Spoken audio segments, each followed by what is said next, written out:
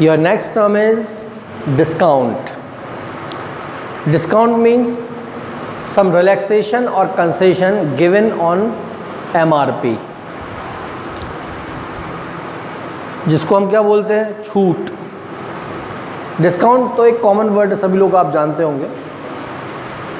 In business discount has got two types, trade discount and cash discount. Trade discount is normal and it is given to each and every customer. जितने भी customers रहते हैं ये सभी को दिया जाता है. It's a trend of business to give trade discount for which an invoice is made. Invoice means that bill which is only for the purpose of purchaser, जो केवल खरीदने वाला जो व्यापारी होता है उसके लिए होता है वो. तो ट्रेड डिस्काउंट सारे कस्टमर्स को मिलेगा, चाहे वो जो गुड्स परचेज कर रहे हैं, माल जो खरीद रहे हैं, चाहे वो उस माल को कैश में खरीदें और चाहे वो उधार में खरीदें. तो trade discount is a trend of business which is given to each and every one, and most prominent thing about this is its record is not kept anywhere in accounting books. Do you get me? इसका हिसाब किताब किसी भी accounting books में नहीं लिखा जाता, केवल इसे डिडक्ट कर दिया जाता है. एक्चुअल जो उनकी MRP होती है, गुड्स की जो MRP है, उसमें से इसको माइनस कर दिया जाएगा simply. But it's entry, it's record will not be kept in accounting books. Only a narration is mentioned, केवल एक लाइन लिख दी जाती है कि इस माल पर इतना % ट्रेड डिस्काउंट प्रोवाइड किया गया है. ठीक है. Cash discount, cash discount is given for to purposes, for two reasons. First, if any customer is paying money cash, जब वो माल खरीद रहा है और वो कैश पेमेंट कर रहा है, for cash payment cash discount is given. अब ये क्यों दिया जाता है? It is given to receive money early, जल्दी से पैसा मिल जाए. For the quick payment cash discount is given. Trade discount is given to each and every customer whosoever, whether purchasing goods in credit or cash. चाहे वो माल नगद में खरीदे, चाहे वो उधार में खरीदे, हर एक को दिया जाएगा. लेकिन कैश डिस्काउंट केवल उन्हीं लोगों को दिया जाएगा, उन्हीं कस्टमर्स को दिया जाएगा जिन्होंने माल खरीदते समय पेमेंट जो है वो कैश में किया हो. तो ट्रेड डिस्काउंट होता है सेल्स को प्रमोट करने के लिए, और कैश डिस्काउंट होता है कैश इनफ्लो जल्दी करने के लिए, क्विक पेमेंट्स के लिए उनको अट्रैक्शन दिया जाता है कि यदि आप कैश पेमेंट करोगे तो ट्रेड डिस्काउंट देने के बाद हम इस पर इतना डिस्काउंट आपको और दे देंगे if money is paid in cash. Cash discount का लेखा जोखा अकाउंटिंग बुक्स में किया जाता है, because it's a kind of loss to the businessman. Businessman का लॉस है, इसलिए इसकी एंट्री, इसका लेखा जोखा, इसका रिकॉर्ड अकाउंटिंग बुक्स में किया जाएगा. Debtors, debtors are those from whom business has to collect money. जिन लोगों से बिजनेस को पैसा लेना है वो लोग बिजनेस के लिए डेटर्स कहलाते हैं. यानी कि हिंदी में हम इसको कहते हैं देनदार. क्या कहेंगे हम? देनदार. जो बिजनेस के देनदार हैं. It means those who are owing money to the business, जो बिजनेस के ऋणी हैं, जिनसे बिजनेस को पैसा लेना है, वो डेटर्स. क्रेडिटर्स उसका ऑपोजिट. Creditor means to whom business has to pay money. जिन लोगों को पैसा चुकाना है, देना है, बिजनेस उनको पैसा देगा, पेमेंट करेगा बिजनेस जिन लोगों को, ऐसे लोग क्रेडिटर्स कहलाते हैं. हिंदी में से हम लेनदार कहते हैं. मतलब वो बिज़नेस के लेनदार हैं, बिज़नेस से इतना पैसा वो लेने हैं। तो debtors is considered as an assets of business and creditors are considered as liability of business. ये हमारी असेट्स हैं, प्रॉपर्टीज़ हैं, इनसे हमको पैसा लेना होता है बिज़नेस को, और क्रेडिटर्स में पैसा बिज़नेस को देना है, थर्ड पार्टी को किसी को देना हो। Now assets in general language it is property, संपत्ति, जो भी बिज़नेस के पास है, कैश के फॉर्म में, लैंड के फॉर्म में, बिल्डिंग के फॉर्म में, इन्वेस्टमेंट के फॉर्म में, इंफ्रास्ट्रक्चर के फॉर्म में, अदर इक्विपमेंट्स के फॉर्म में, ये सारी की सारी चीज़ें असेट्स कहलाती हैं, यानी कि प्रॉपर्टी। इसके 4 प्रकार हैं, 4 टाइप्स। पहला है फिक्स्ड असेट्स।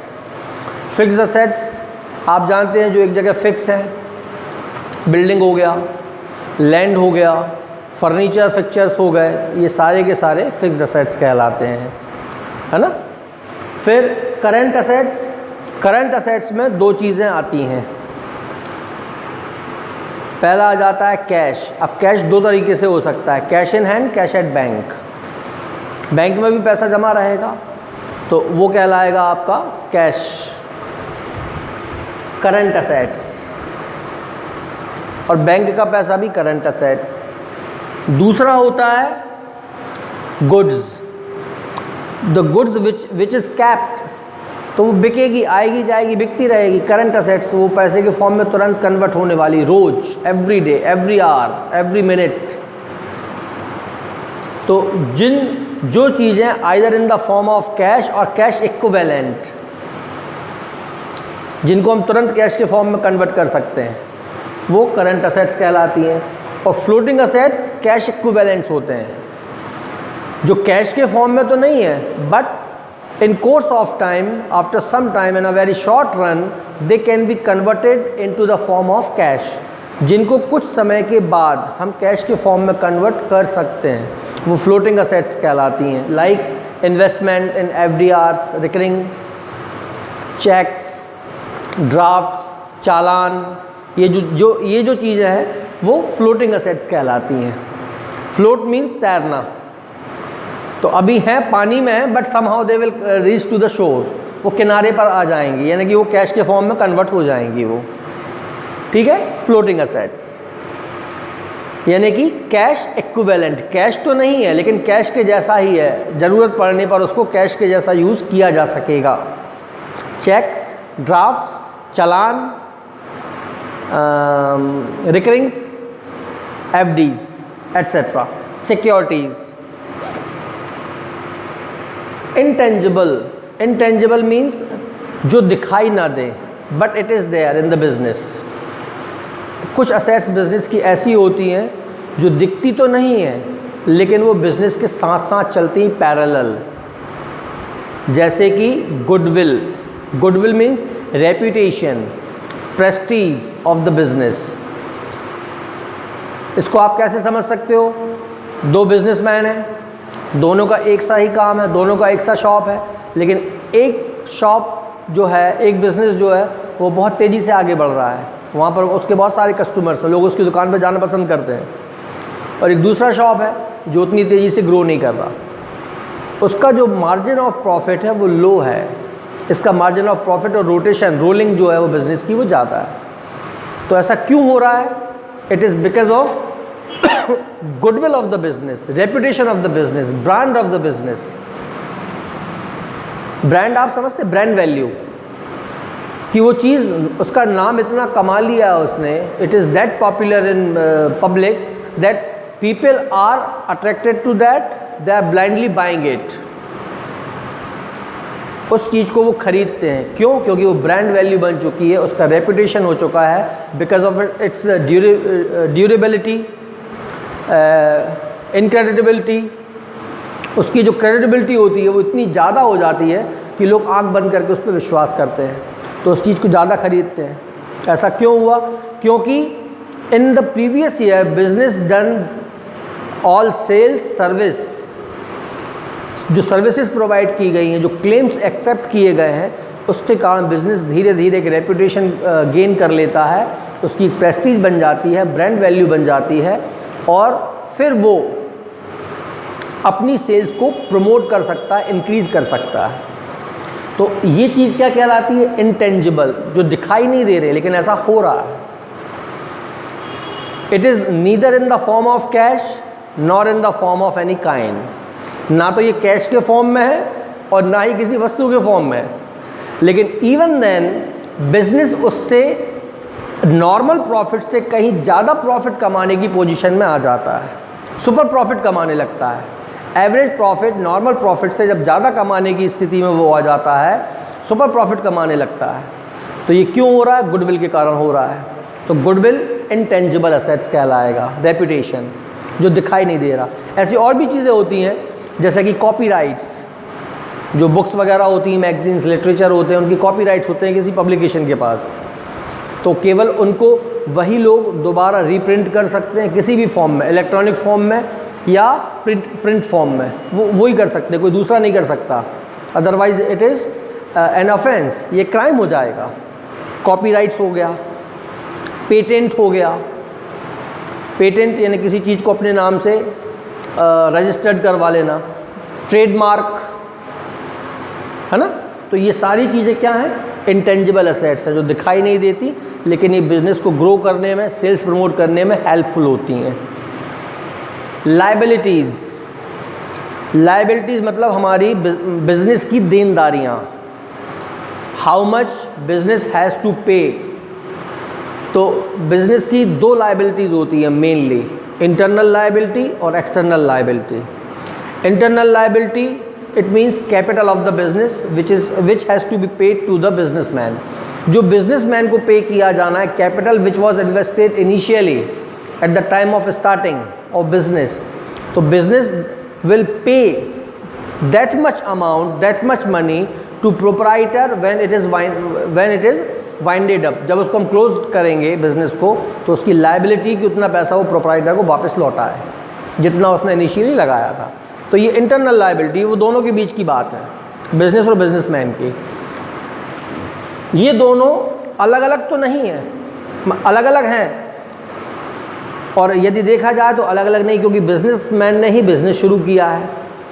लेकिन अकाउंटिंग रूल्स क्या कहते हैं? बिजनेस एक सेपरेट एंटिटी है और बिजनेसमैन इज़ अनदर एंटिटी, ये दोनों सेपरेट भी हैं। तो और एक्सटर्नल लायबिलिटी की अदर जो एसोसिएट्स लोग हैं, जो रिलेटेड पर्सन हैं बिजनेस के, उनको पैसा चुकाना है, like creditors, bankers, share holders, debenture holders. तो आउटर लायबिलिटी जो होती है, एक्सटर्नल लायबिलिटी, वो दूसरे प्रकार की लायबिलिटी है। ये दो प्रकार की हो सकती हैं, लॉन्ग टर्म और short term. Further long term, जिनका पेमेंट हमें बहुत लंबे समय में करना, 15, 20, 25 साल में करना है जिनका पेमेंट, वो लॉन्ग टर्म है। और शॉर्ट टर्म, जिनका पेमेंट हम in a day, in a week, in a month करते हैं, मतलब ये अकरिंग नेचर की होती हैं, बार बार होती हैं, इनको अपन को करना रहता है। ये शॉर्ट टर्म लायबिलिटीज़ होंगी। बैड डेट्स, बैड डेट्स मतलब कि पैसे का डूब जाना, रिकवरी ना होना।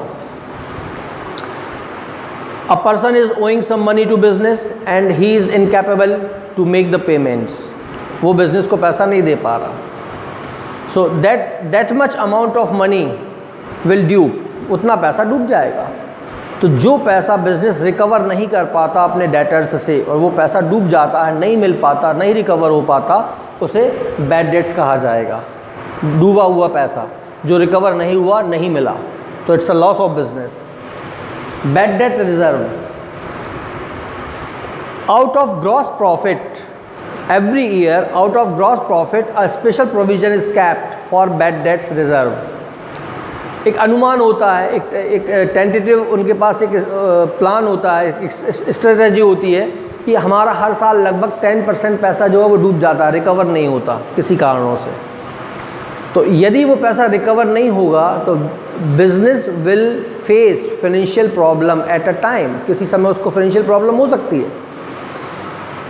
Therefore, every year, out of gross profit, a certain amount is kept aside as a reserve, so that in case of any bad debts, that loss can be covered out of that provision।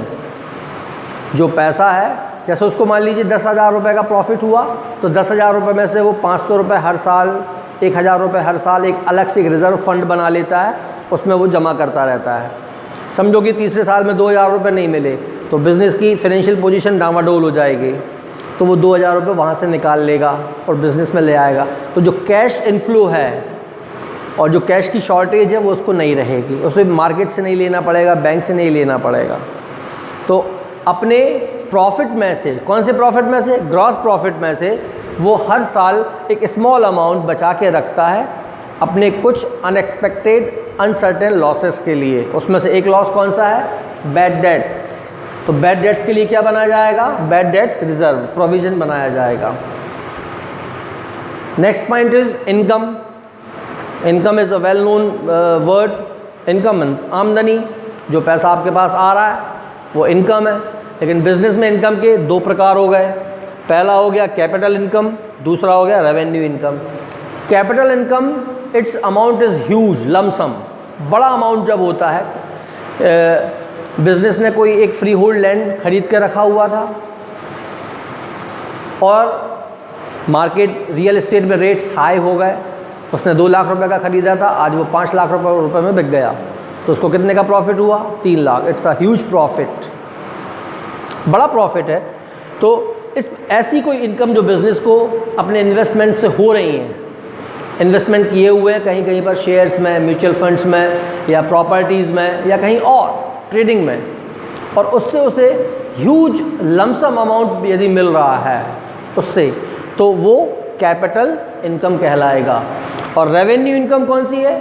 जो अक्रल basis पे होती है, regular interval में होती है, बार बार होती है, होती ही रहती है, वो रेवेन्यू इनकम है। जैसे माल को खरीदने बेचने से जो होती है वो, उससे इंटरेस्ट मिल गया कहीं से, डिस्काउंट मिल गया कहीं से, रेंट मिल गया कहीं से, तो ये जो इनकम है वो ऑलमोस्ट चलती ही रहेंगी, होती ही रहती हैं, every day, every week, every month. तो अक्रल बेसिस पे होने वाली जो इनकम्स हैं वो रेवेन्यू इनकम कहलाएंगी। नाउ एक्सपेंडिचर एंड एक्सपेंस, दोनों वर्ड सेम हैं, लेकिन यहाँ पर भी केवल इस जो अमाउंट है उसका अंतर है। Expenses are small in amount, इनका अमाउंट जो होता है वो छोटा होता है, बड़ा नहीं होता। ये बिज़नेस की प्रॉपर फंक्शनिंग के लिए, स्मूथ फंक्शनिंग के लिए जो रोज़मर्रा के जो होने वाले खर्चे हैं, स्टेशनरी हो गया, स्टैम्प्स हो गए, पोस्टेज हो गया, इलेक्ट्रिक चार्जेस हो गए, सैलरीज़ हो गई, वेजेस हो गई, जिसके बिना बिज़नेस रन नहीं कर सकेगा। रिफ़्रेशमेंट एक्सपेंसेस हो गए, है ना, ट्रैवलिंग एक्सपेंस हो गए, अलाउंसेस हो गए, भत्ते वगैरह जो दिए जाते हैं कर्मचारियों को वो हो गए। तो ये जो छोटे छोटे एक्सपेंस हैं जो कि रोज़मर्रा के बिज़नेस में उसको लगना है डेली, जिसके बिना बिज़नेस रन नहीं कर सकता। बिजली का बिल जमा नहीं करेगा, बिजली कट हो जाएगी, कैसे दुकान चलाएगा? कहीं पे कोई उसको कुछ लेटर भेजना तो उसके लिए पोस्टेज एक्सपेंस करना ही पड़ेगा उसे। तो यदि वो ये नहीं करेगा तो बिज़नेस प्रॉपर रन नहीं कर पाएगा, कम्युनिकेशन प्रॉपर नहीं होगा उसका। तो इस प्रकार के जो छोटे छोटे खर्चे होते हैं, जो डेली नीड्स हैं उसकी, वो खर्चे एक्सपेंस कहलाएंगे। और एक्सपेंडिचर मतलब ह्यूज, बड़ा वाला खर्चा, जिसका प्रॉफिट उसको आज भी मिलेगा और आने वाले कई सालों तक उसका जो प्रॉफिट है वो मिलता रहता है पार्ट पार्ट में। So expenditure is a large amount which is done once at a time, एक बार किया जाएगा, लेकिन उससे मिलने वाला जो मुनाफा है, जो मिलने वाला प्रॉफिट है, वो उस साल भी मिलेगा और आने वाले सक्सेसिव ईयर्स में भी उसको मिलता रहेगा, कंटिन्यूस मिलता रहेगा। समझिए कि एडवर्टीज़मेंट पे होने वाला जो खर्च होता है वो लार्ज अमाउंट होता है, बड़ा अमाउंट होता है। पेपर में इश्तहार, विज्ञापन आ रहा है, टेलीविज़न पे आ रहा है, फिर वॉल पेंटिंग हो रहा है, जो लीफलेट्स हैं, पैम्पलेट्स वो बांटे जा रहे हैं, पोस्टर्स लगाए जा रहे हैं उसके। तो ऐसा करने से क्या होगा? कस्टमर के दिल दिमाग में अपने ब्रांड को एस्टेब्लिश किया जाएगा। उसके दिमाग में ये बात आ जाएगी, तो ये खर्चा एक बार में हुआ, सिंगल टाइम, वन टाइम, लेकिन इसका प्रॉफिट जब एक बार वो कस्टमर यूज्ड टू हो जाएगा तो वो रेगुलर कस्टमर बनेगा और वो उस बिज़नेस से उसके जो प्रोडक्ट्स हैं वो परचेज़ करता रहेगा। तो अभी भी उसका बेनिफिट मिला और आने वाले कई सालों तक के लिए वो रेगुलर कस्टमर बन गया। ठीक है, तो expenditures are huge amount, large amount for which its profit is received in upcoming and successive years too। अब इसके बाद की कुछ टर्मिनोलॉजीज़ और बची हैं, वो मैं आपको अभी और एक्सप्लेन करने वाला हूँ।